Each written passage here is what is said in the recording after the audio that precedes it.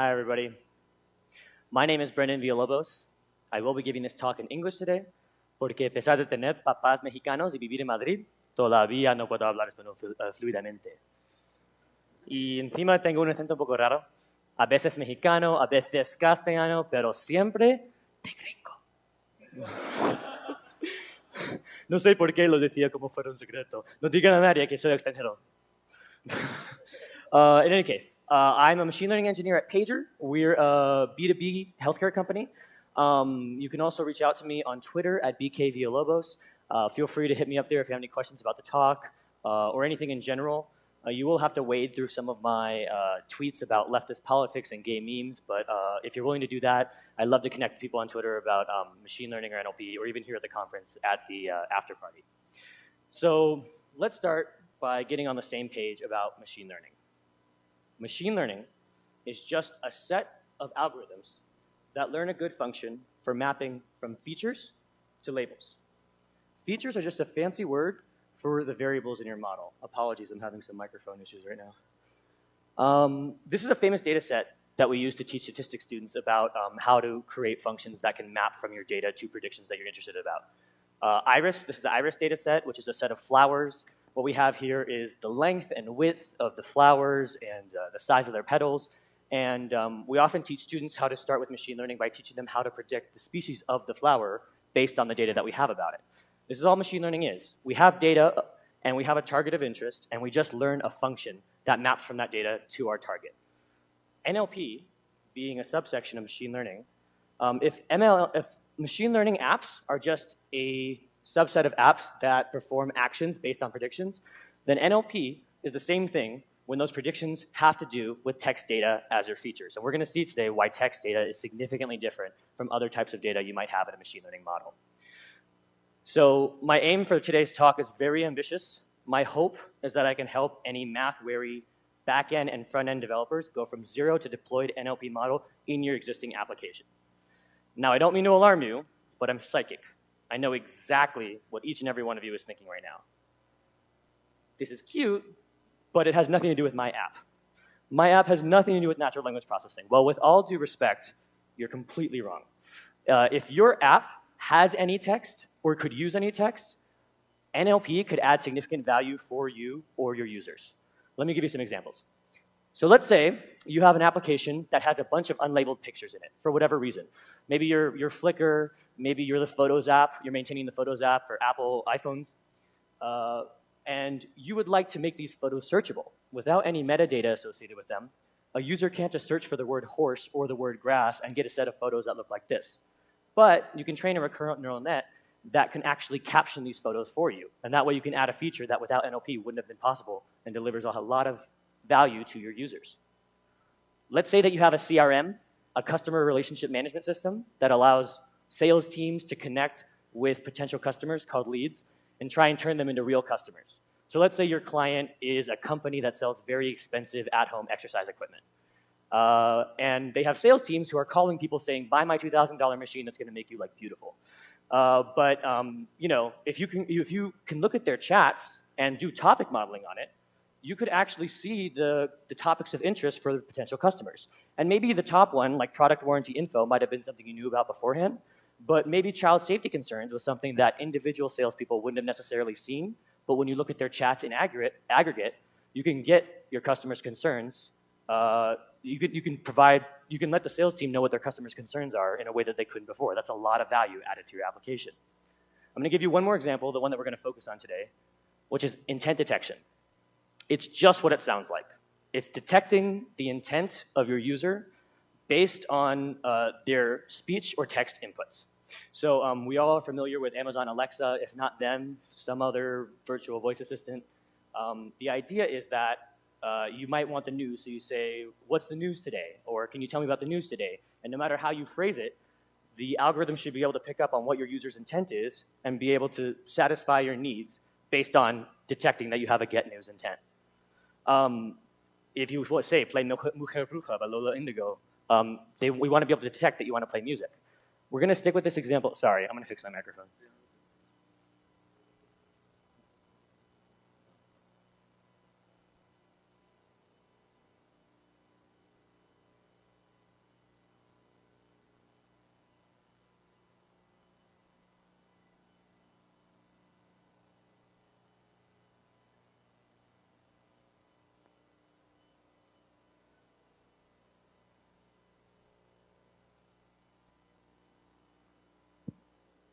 Necesitamos bossa nova para las pausas técnicas. ¿Alguien tiene una playlist de música de ascensor por ahí? All right, we're back. Thank you so much. So this is the example we're going to work with today. I want to work with it for two reasons. One, it's almost certainly something that can be useful in whatever production application you're working with right now. You can use intents to do a lot of things: intelligent agent routing, giving your app more information so that your features could leverage them. The other reason I want to use it is that it's a pretty self-contained, simple use case. All this is, when we talk about mapping from your features to your predictions, it's a simple mapping from your input text to a predefined set of possible answers. There's no ambiguity here. Alexa can only do one of like a preset number of things, including play music or listen to the news. And we just need to figure out which one of these predefined things the user is actually trying to do. So we're going to do this with an example application. I'm going to pretend that you are your production application is a chat application. And the reason that I'm going to do that is because I had this old graduate student project on client-side deep learning lying around, and I think it's a really good example of how intent detection looks like. So we're going to pretend that you create something like a WhatsApp competitor. And the competitive advantage you want to introduce is that in the middle of talking to people, if someone says something about wanting to know about the weather, you have a little bot that detects that and will say, this is the weather today. Or if they talk about wanting to go to a restaurant, the bot will suggest, hey, can I make a booking for you? So you might say something like, you might talk to your friend and say, I wonder if it will be hot today. And then it predicts that you want to get the weather. You might say something like, book a table, or I want to eat at Andres Carne de Res. And then it detects that you want to book a restaurant. So this is the example we're going to work with today. We are going to build this together. The problem is that this is a 30-minute talk, so I'm going to glaze over a lot of details. I'm going to talk about this at a high level, but I don't want to leave you guys hanging. So I also put the full modeling code on a notebook. It's at bit.ly practical NLP. And what that links to is a live cloud-hosted Jupyter notebook in Google's Code Laboratory. And you can sort of collapse or open the code. You can run cells. You can collaborate with other people. You can copy the notebook over and change it for your own purposes to do something. And then also, I included a couple exercises in there and hopefully enough documentation for you to get started. But what I'm going to do is I'm only going to show you like specific snippets from that code as it's relevant to the concepts. But if it comes down to the details and you don't see something, just go ahead and look at that after the presentation. So let's start with deep learning. This is definitely something I know you guys have heard before. And I assume that when you've heard it, you've probably imagined something like this, or you've seen this associated with it. Well,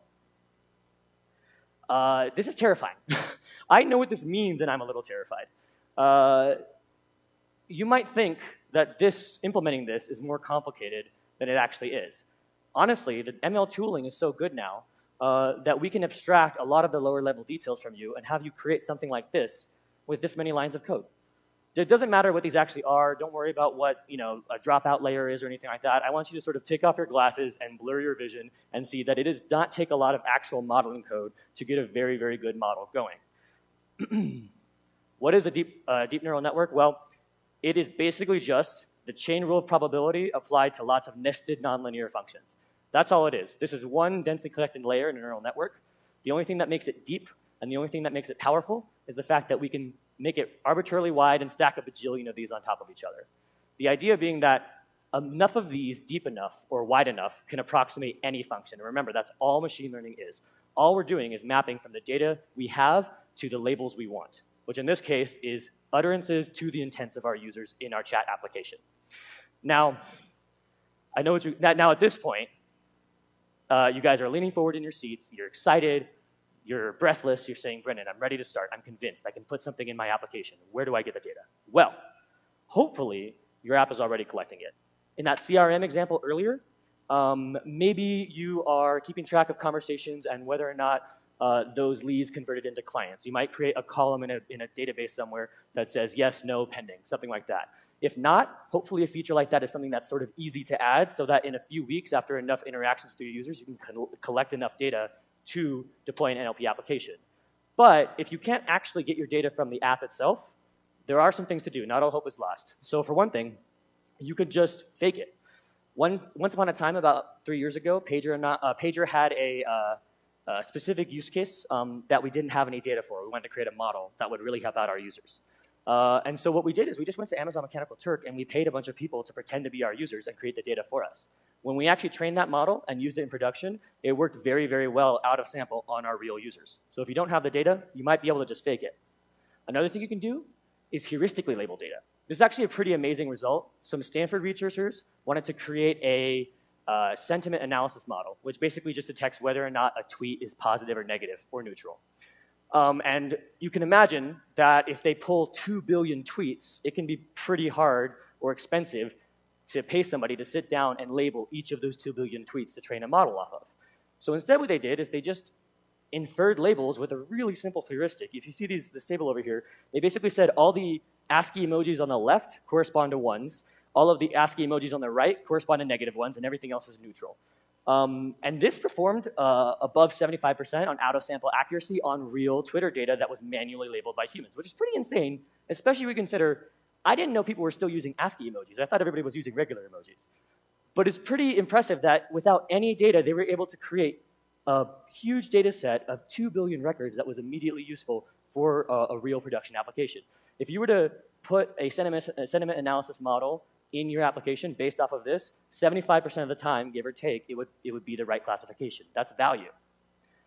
The other thing you can do is transfer learning. We're going to skip it. The only reason why I mention it is that it's my favorite, and I had a lot of success using it in the past. The idea is that you train a lot on big data, and then you train just a little bit on your small data, and you get the benefits of both. You get the benefits of your small data, which is specific to your problem, and the big unrelated data will still, you can use the benefits of learning the features that does. So yeah, that's just, we're going to blow past this. But if you have a low data problem, I highly recommend you Google transfer learning. What we're actually going to do, remember, what we're actually doing is trying to put intent detection in our application. So the way that I trained this model was by finding an open source publicly available data set. Of course, if you're going to use this in an enterprise product, you need to double check the licensing around it. But assuming your publicly available data set is something that you can sell, I found this publicly available data set from Snips.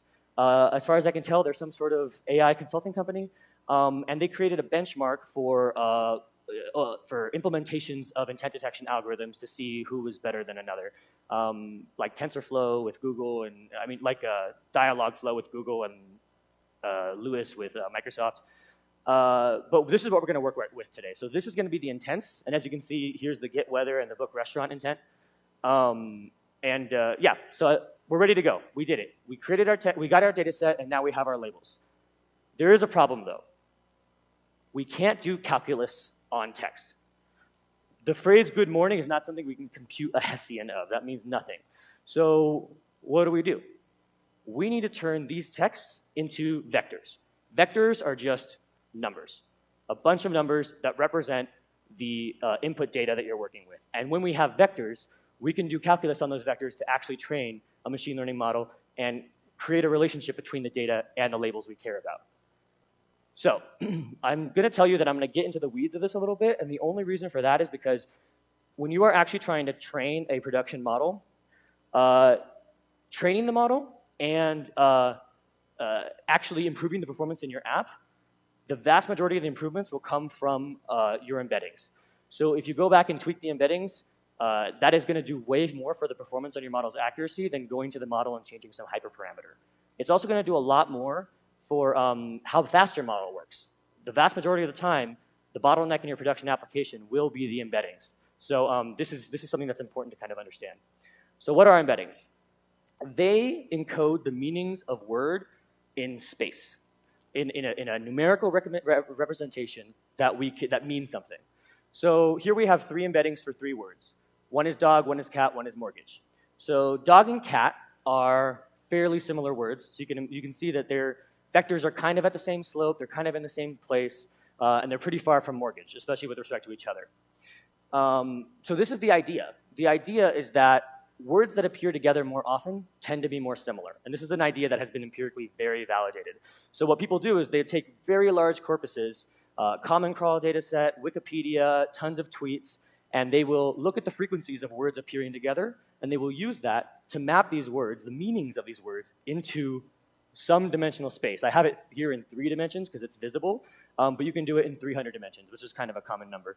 And if you stop and think about it, what we've done here is pretty gnarly. I mean, we've done a little bit of linear algebra, and we've used it to encode the meaning of human language.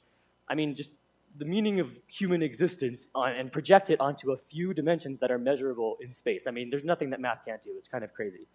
So this is a cartoonish example I just sort of put up here to be illustrative, but I want to show you a real example I whipped up. This is a sample of words from James Baldwin's A Fire Next Time.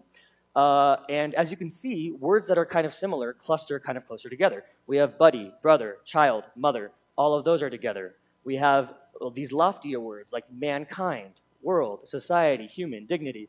Those kind of cluster together. I put labels on these axes. Strictly speaking, they don't necessarily mean what I put there, but it's sort of what I interpret from looking at them as they go along. But the idea is that we are really encoding the meanings of these words in 2 dimensions. And we can do this in an arbitrary amount of dimensions. And we can use these values to do machine learning on, to create a classifier that draws a line between them and say, these words are for this intent. These words are for this intent. So hopefully we know what embeddings are now. How do we do them? Well, super easy. So I don't generally like to prescribe tooling for things, especially ML where there's a lot of competing options. But in general, it's hard to beat Spacey, which advertises itself accurately as industrial strength NLP library. So with Spacey, we can do something like load a model, the English model here, and then dock eyes the word play and just get the vector. And you will get a 380 number vector, a vector of 380 dimensions that represents the meanings of these words. You might ask, where does this vector come from? It comes from a pre-trained model that was trained on the common crawl dataset, which is just a bunch of crawled texts that were taken from websites, web crawling. So what you would do is you would import these pre-trained vectors, you would make a matrix of a bunch of them based on the data that you have, and then you put that as an input to your deep learning model. You can make this even easier by skipping the pre-trained part and training your own. Don't worry about everything else means, but basically having an embedding layer means that you put a matrix in your model that is randomly initialized. So when you start, the words cat, dog, and mortgage all start arbitrarily close and far from each other. It doesn't really mean anything. But the more you train your model and the more the weights update, the vectors will start to mean something. Cat and dog will start to get closer together and further away from mortgage, and so on. You have to be kind of careful with this, just because if you train on your own data, you have the risk of overfitting these embeddings. So again, we're talking about a specific example. So if I were to train if I were to train my own custom embeddings on just the text in my data set instead of using an external data set, I would probably arbitrarily think that the words want and eat are closer together in this vector space than they actually are, which maybe is something that we want. Maybe you want your model to leverage this information, but at the same time, what you don't want is for the word eat to always mean book or restaurant or something like that when it's there together with want, when it might actually be part of some other intent. So in general, you want to use these imported intents trained on much bigger corpuses than you have, unless you have a really, really big amount of data, or your experiments show that your custom trained embeddings do pretty well. Anyway, so that's embeddings. We've done it. We've gotten text data, we've turned it into quantitative features, and now we're ready to do the calculus on it. And now we got to the most exciting part: which model should we use? I'm just going to tell you, in a 30-minute talk, we weren't going to get there. So I'm going to, I would have loved to. This is like 6 years of my education that I'm just kind of scrolling past here. But the reason why I decided to scroll past this part is because it's actually the least important. Frankly, if you yourself just want to put a useful NLP model in your application, you are going to get way, way more out of being more careful about the quality of your data, about your vectorizations, experimenting with your embeddings. There's all sort of crazy resources out there. You can do character embeddings. You can do different shapes and dimension sizes, different methods for learning them. If you play around with that, you're going to get way more bang for your buck than figuring out the marginal difference of some hyperparameter tuning in your model.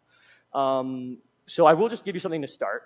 Basically, you should use one of these two guys. This is a horrible thing to do. Every single statistician is just cringing right now looking at this slide. But basically, I'm not even going to, it's so unimportant that you know what these are. I'm not even going to tell you what the acronyms stand for, but I will tell you the relative benefits. So in an LSTM, in general, not always, It tends to be slower, but it also tends to perform better. For a CNN, it tends to be faster, but tends to perform not as well.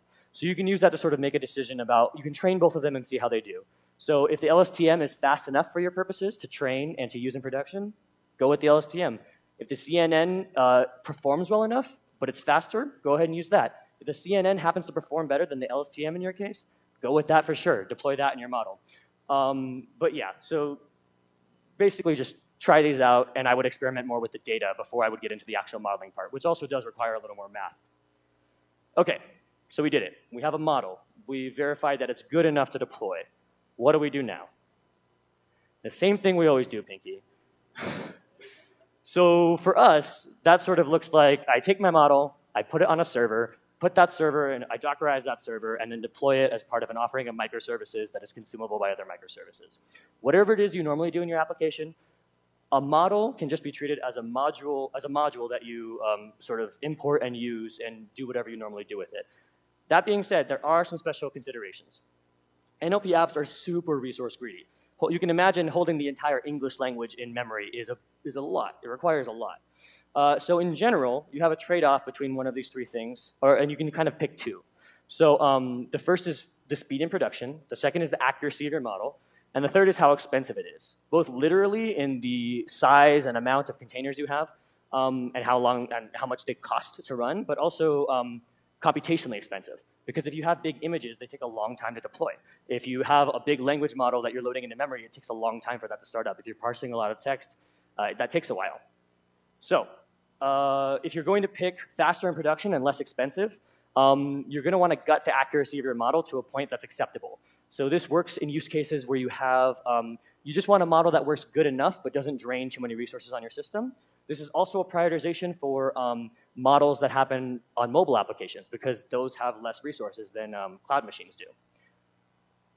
If you want to sacrifice how fast it is in production, like for example, if you have a model that you don't use very regularly, but you want it to always be live, and when it is used, you want it to be very accurate, you might just sacrifice how fast it is. And so what that means is taking all of these very expensive embeddings and either loading them from disk or maybe separating them out into another server that serves to your different other models. That does come at the expense of sort of getting the embeddings one at a time as you need them, which can take a while, but with the networking delay and with the actual putting it into memory. But that can be worth it if you have an infrequently used model. What I tend to do, because I have expensive tastes, is to, I tend to make the model faster in production and be more accurate. Yeah, so basically if you're willing to have it take a long time to start up, a long time to deploy, you have a really great user experience where they're like, wow, this is a super fast model, and it worked very, very well. That was the prioritization that went into this guy here. In fact, it's so fast it doesn't even have a latency delay because it's on the browser. But as you can see, when you actually import it, it takes a full 18 seconds to import in the first place. This is a deliberate choice you have to make. Okay, so that's just like a brief overview of like NLP considerations, but in general, when you are starting to productionize a model, sleep with these under your pillow. They're great resources for figuring out how to test and train your models. Testing ML models is something that's possible. People think it's not. You absolutely can. And testing, you need to be more careful with it in machine learning because errors propagate. A little change in inputs creates crazy changes downstream. So yeah, there's a lot of amazing nuggets of information in here. It's not worth me repeating because they're all very succinctly put in these resources. So feel free to go into that. I'm just going to mention this quickly just because the application I showed you is written in TensorFlow.js.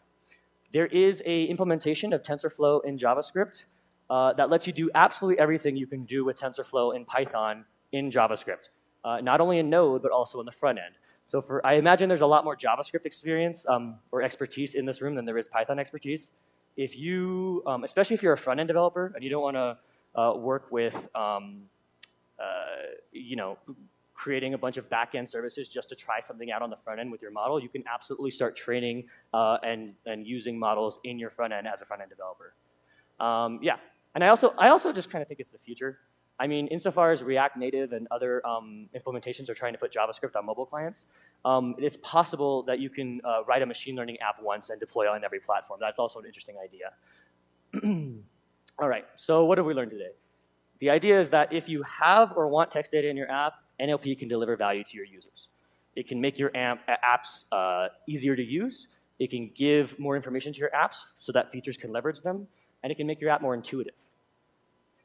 I hope that we've talked enough about embeddings today to train and deploy NLP models that work well enough for real users. And that being said, if your use case requires great models, you're going to need to dive into the math. But my hope is that you use the notebook that I gave you and this discussion today as a starting point to do something empirical, something real that actually delivers value to your users in your app. And then at that point, you just go from there. I need this to be more accurate. I played with my embeddings. I'm ready to do something else. You can just start reading what's under the hood of an LSTM. How can I change that? How can I tweak these layers to actually do something that I want it to do? In any case, thanks for letting me talk. This is my Twitter handle again. Feel free to come up to me after this and ask me any questions you have. I love meeting people. And once again, here's that collab notebook. And yeah, thank you.